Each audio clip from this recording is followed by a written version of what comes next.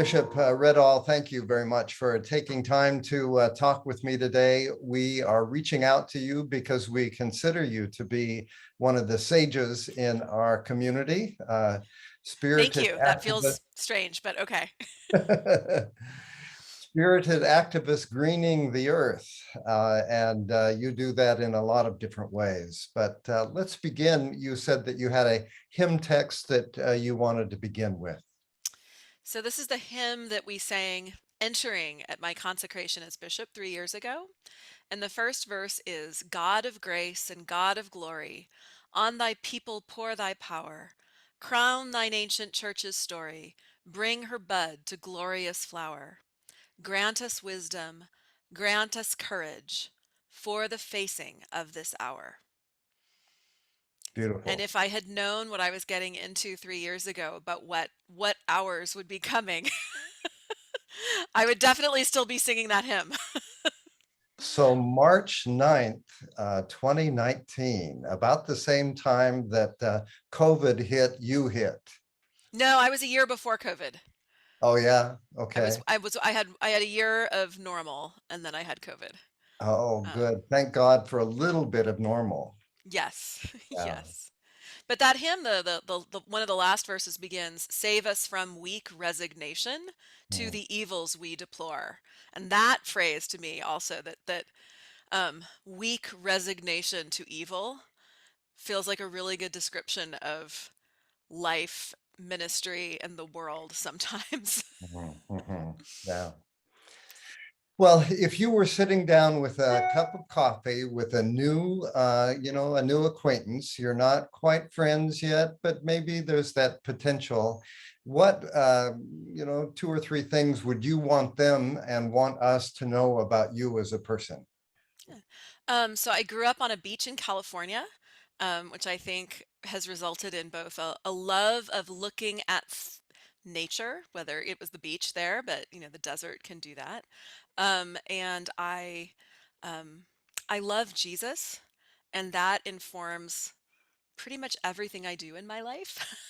But I also feel like I'm an ambassador for Jesus to a world where his name has been taken in vain in a lot of different ways. And so I am consistently a person who, when I talk to people, say, I love Jesus, and they go, wait, but you're not fill in the blank. Mm. And so sort of spend a lot of my time doing that. Um, and I'm the Bishop of Arizona, which means I get to drive all over the state of Arizona, meeting Episcopalians in their churches. And one of the things I most love about that is it means I get to be in big churches and small churches and urban churches and rural churches, churches where I am the youngest person in the room, churches where I'm the oldest person in the room, churches where I'm the only white person in the room, sometimes churches where almost everybody else is white too. But so it's a really interesting life to be in all those different locations and all those different expressions of Christianity. Um, and I'm in a different one every Sunday. Yeah. Well, the first word is spirited. So my question to you is, how do you maintain that spirit, that enthusiasm, that determination to keeping on? That was I looked at that question before this and I was like, "Oh, I don't know." I mean, I am one of those people. I have been blessed with the charism of energy, and I've had that my entire life. I love doing things. I love learning things. And I think one of the things that maybe I've developed over the years because I saw it modeled by others is an inspiration of faith where I am both grateful to God for the ways in which God has been generous to me, which gives me energy and passion. But I also know that God is capable of absorbing my grief and absorbing my rage when life has been particularly hard. And so I've not ever found a place in my life um, where I didn't have a divine partner to walk on the way. I mean, there have been times when I was raging and angry, and there's times when I have felt, sort of closed in, but there's never been a point when I ever really felt alone. And so that definitely continues to give me, energy and passion and excitement for life and for ministry. Do you have practices that help you maintain that solid footing? So yes, definitely. Prayer obviously is one, though I would say it's not just me praying is a practice. Like when my son had a stroke 2.5 years ago, and when he was in the hospital and we were going through that and weren't sure what his recovery would look like I did not find prayer helpful then for me. Like I just couldn't. I was stuck. Um, but everybody else was praying for us. Mm. And that sense of being part of a community means that I think when I fall short, I get pushed up by others. And as a bishop, actually, that's one of the things that I hadn't always really thought about it when I was the person doing the praying.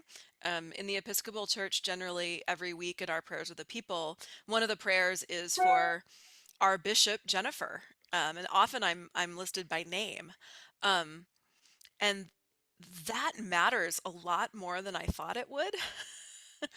um, just that having other people pray for me, I'm like, okay, well, you know, I may not quite know what I'm doing, but God is with me, and these people are praying for me. So I guess we're just going to figure out how to move forward.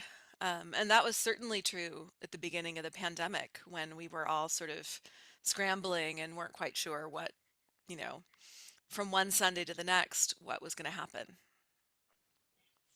Well, one of the things that I've long admired about you is that you're not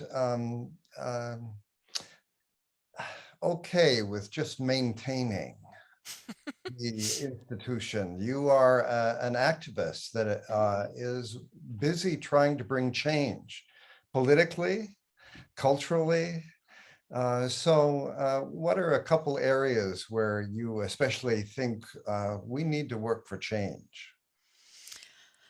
I mean, there's the specific things and there's the broad things. I mean, I think the broad attitudinal spiritual thing is I would refer to the prophet Ezekiel, where God says, I will take out their heart of stone and give them a heart of flesh. Anytime in scripture that the phrase their hearts were hardened is used, that's never a good thing. And so it's convenient to have a heart of stone because then you don't have to feel anything. And that would be very nice, but as people of faith, we're called to have hearts of flesh, which means we feel and we bleed and we suffer and we have compassion. So that's the sort of like globally on every topic. I think we need to be doing the work of heart transplants, of taking out hearts of flesh and taking out hearts of stone and putting in hearts of flesh. Um, but I mean, practically day to day, I mean, Arizona has some really scary, and the world has some really scary anti-LGBTQ plus bills right now.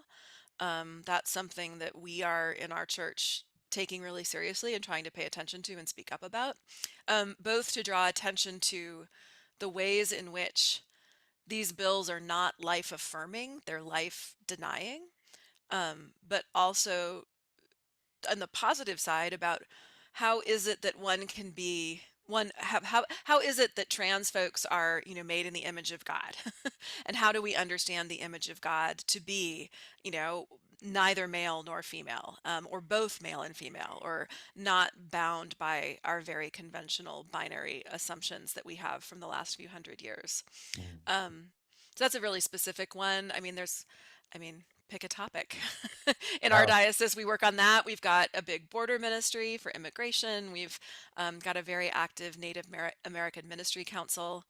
Um, our Creation Care Council has been working on a couple different fronts, and we're one of the things I think that I'm excited about in our ministry is the way that our ministries are intersecting with each other.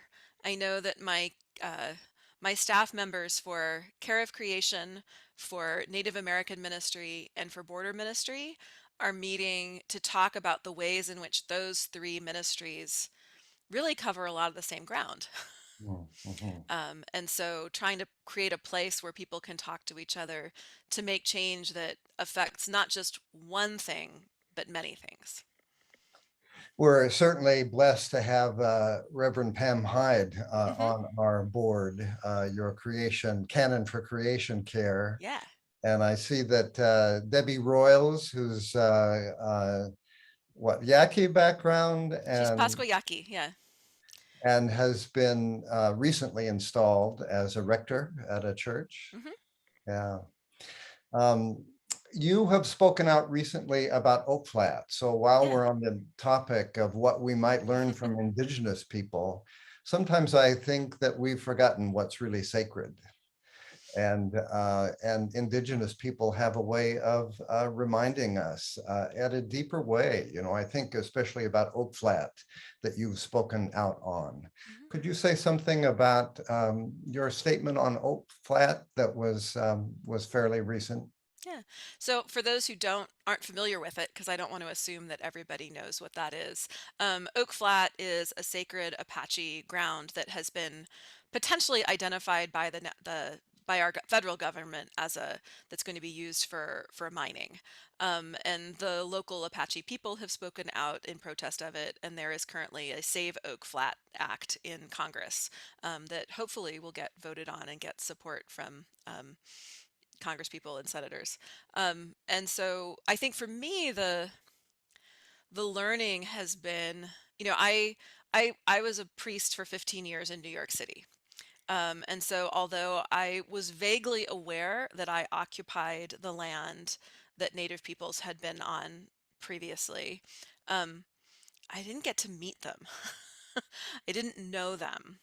And I didn't have a sense of how it, at least in Arizona, I experienced Native people stewarding their lands and caring for them in this rich, deep way that makes me want to be part of, we can't make up for the injustices of the past, but we can stop creating injustices in the present and the future. And the Oak Flat situation to me seems to be one of those places where, you know, we have we have harmed and hemmed in Native peoples and denied them their land. And it is up to us today to repair the breach of how we have done that in the past and and and return to sacred status that officially that which has always been sacred to the people of the land. Mm, And so I think that's a and I I'm an Arizonan, so I understand people wanting jobs and that mining is important and that copper is one of the five C's, and I hear all of that, and I'm not somebody who is opposed to um, I have my iPhone and all of my things that require metals that are mined. But we have to find ways of doing it that are not exploitative of people and of land and of what God has given us. mm, mhm. Yeah, well said. So your background, part of your background is in theater, and I'm Hmm. curious to know, how does that inform and enrich your role as a person of faith and as bishop? Um, well, I think it gives me an awareness of um, people go to see a play or a musical or whatever to have an experience, right? They want to feel something, they want to learn something, they want to visit with people, um, and they want to walk away changed. And that's not entirely different from what people come to worship for, right? You come to worship to be changed, to experience something, to feel a connection and that's somehow transcendent. Um, and so in that sense, I think I know a lot of actors who used to be priests and a lot of priests who used to be actors. There's definitely some overlap there. I'm a communicator, I'm a storyteller. Mm, And so I still do all of that. The shift for me when I realized I didn't want to be an actor, I did want to be a priest, was that I realized that I didn't want to tell made up stories. I wanted to tell real stories. Um, and so that was the shift for me that made me realize, no, I am called to the priesthood. I'm called to the church. Um, and I think there's, I've been I mean, we've all been watching President Zelensky in Ukraine over the last few weeks. It's been interesting to watch that his performance because he too obviously has a real sense of the performative aspect of leadership. Mhm. Um, I think he's an incredible hero. I think he's very brave and all of that. And he understands what it means to have a really good line. Um, and I think he is using those skills every day in his life right now, on a much grander scale than those of us who've been called into church ministry from the theater. But that those same sort of skills of, you know, shaping what people feel, not just by what you say, but how you say it, and by connecting to people and letting them see part of you while you see part of them. Those are all very useful and wonderful in the church. Some of the best preachers and storytellers that I know are people who admire and watch very carefully comedians Hmm. and how they communicate. And of course, Zelensky, his background Yep. was theater and comedy. Hmm. So you can see that role. You are a very good communicator. And one of the things we try to convince people with is awesome facts. We think if we just give them the facts, we will be rational people who make decision on the basis of those facts. But we are not always rational people. And we make decisions on a lot of different things, emotions and symbols and the stories that we carry in our heads and our hearts. Hmm. So, Well, in relationship, right? I mean, very few people are convinced to change their minds based on, reading a list of facts. But they're sometimes able to change their minds or their opinion about something based on meeting a human being who embodies something different than what they had believed. Um, and that in that sense, one part of my ministry as the bishop of a diocese where there are lots of people who believe lots of different things about all these issues that we're talking about is trying to help people meet one another, um, so that no one can vilify the other. um, and you do that in a way that, I'm very conscious, or try to be very conscious in my ministry, of power dynamics and not putting vulnerable people in positions where they are going to be exploited or harmed. But I do believe that it is in meeting people who are different from ourselves that we are able to understand that, this category of people that we have said are awful or other or, beyond redemption are, are more like us than we think. mm, And so, but you can't do that if you don't meet each other. yeah. So, I I often say that the shortest distance between two people is always a story. mhm. And you can't hate someone whose story you know.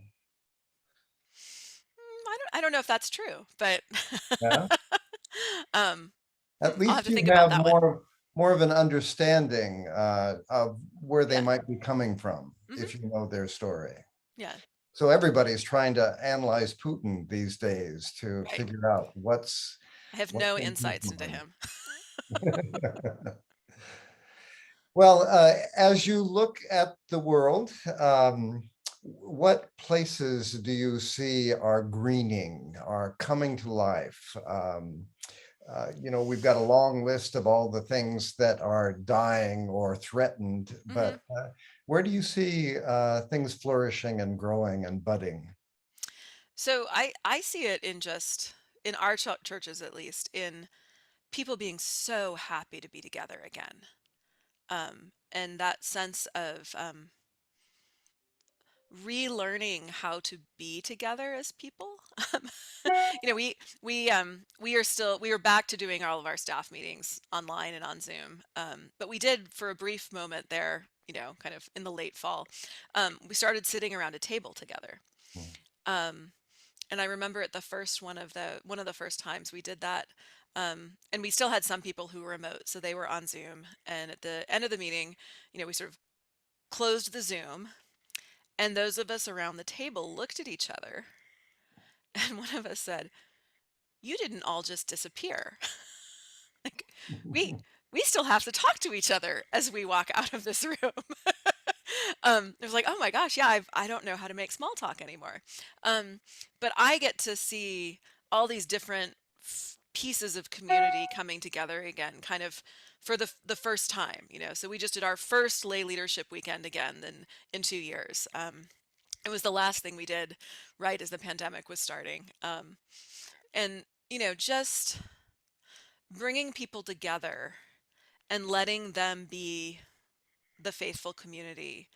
Um, Everybody left that weekend feeling inspired and hopeful and joyful. Um, and that is, um, you know, that was just really exciting to me because I hear all of the fatigue and the stress and the tiredness and how are we going to do this and how are we going to survive? And so to be with people who in coming together realized that they were beloved children of God and that they were going to survive. The theme of one of the sessions we did that people were telling their stories in their churches was "I'm still here," and that was very exciting to me to see people claiming um, their own survival isn't quite the right word. But their ability to come through the valley of the shadow of death um, makes me wonder if maybe they're going to fear no evil. If we can just keep getting past there. Mhm. So my last question is, who are the sages that you look to in your life that have been influential?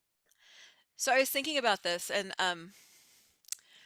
I would Saint Francis. So I grew up in a Saint Francis Episcopal church, and I knew growing up very much the sort of Sunday school version of Saint Francis, and the sort of, you know, there were lots of statues of him preaching to the birds or whatever.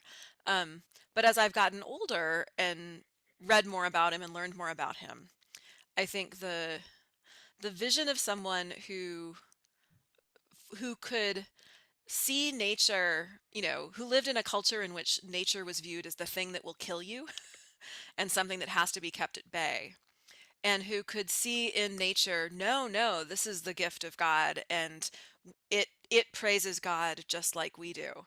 Um, that vision and that ability to redeem that which is scary is really inspiring to me. Um, and and all the rest of his ministry, which, you know, as I learned about him, it was not just about nature, you know, it was about poverty and it was about Mhm. justice and it was about interfaith relations and talking to the Sultan and all these things, you know. So he is someone that, you know, I've got a little icon of him on my wall here in my office because, you know, I grew up at this church and so he was always there. But you know, the more I've learned about him, the more I have kind of been really blown away and inspired. And then between Christmas and New Year's, I got to go to Italy for the first time and actually got to go to Assisi. And so to get to pray, you know, before his tomb and to pray looking at the hills that he, you know, saw every day was a really wonderful pilgrimage. What does it say that for the first time in history, we have a pope that's taken the name of Francis? Well, I mean, it says all sorts of good things to me. Um, Why yeah, did it take so long? 14 Clements and 16 Benedicts and 25 Johns. And finally, is it because Francis is, we love to admire him, but he's hard to follow? I mean, I have a feeling he was probably a really hard person to get along with. But I don't know that the gifts of Francis are necessarily the gifts of the papacy usually, right? I mean, the gift of Francis you know, of humility and of um, looking beyond the powers of this world to find the hand of God. You know, those are excellent spiritual gifts, but they don't necessarily help you get the next job. Um, Well, I'm a real fan of both the saint and the pope, mhm. and Laudato Si has been so influential to many of us. not just Catholics, but people of good faith as well. Well, So, and it's so wonderful to have a spiritual leader, I mean, who can go to the Russian embassy in Rome, and do things like that. Because, I mean, speaking of people who understand theater, Pope Francis understands what it means when his person goes somewhere or says something. Think of that sermon he gave at the very beginning of the pandemic about the stilling of the storm, where he was standing, in the middle of in front of St. Peter's with a rainstorm going on, preaching about how even though we were in this storm of this pandemic, God will guide us safely to the other side. I mean, he spoke to me that day and to to the world. Um, and I think it is an incredible blessing to have worldwide spiritual leaders like that, like him, like Archbishop Tutu, the Dalai Lama. There are some of these people who transcend, even transcend their own faith to be leaders for the world. well, And we're fortunate here in Arizona to have you as one of our faith leaders. well, So thank you. It's thank great to you be for here. your leadership, and thank you for and blessings on your ministry. Thank you. And to you and to Interfaith Power and Light. And thank you for the chance to chat today.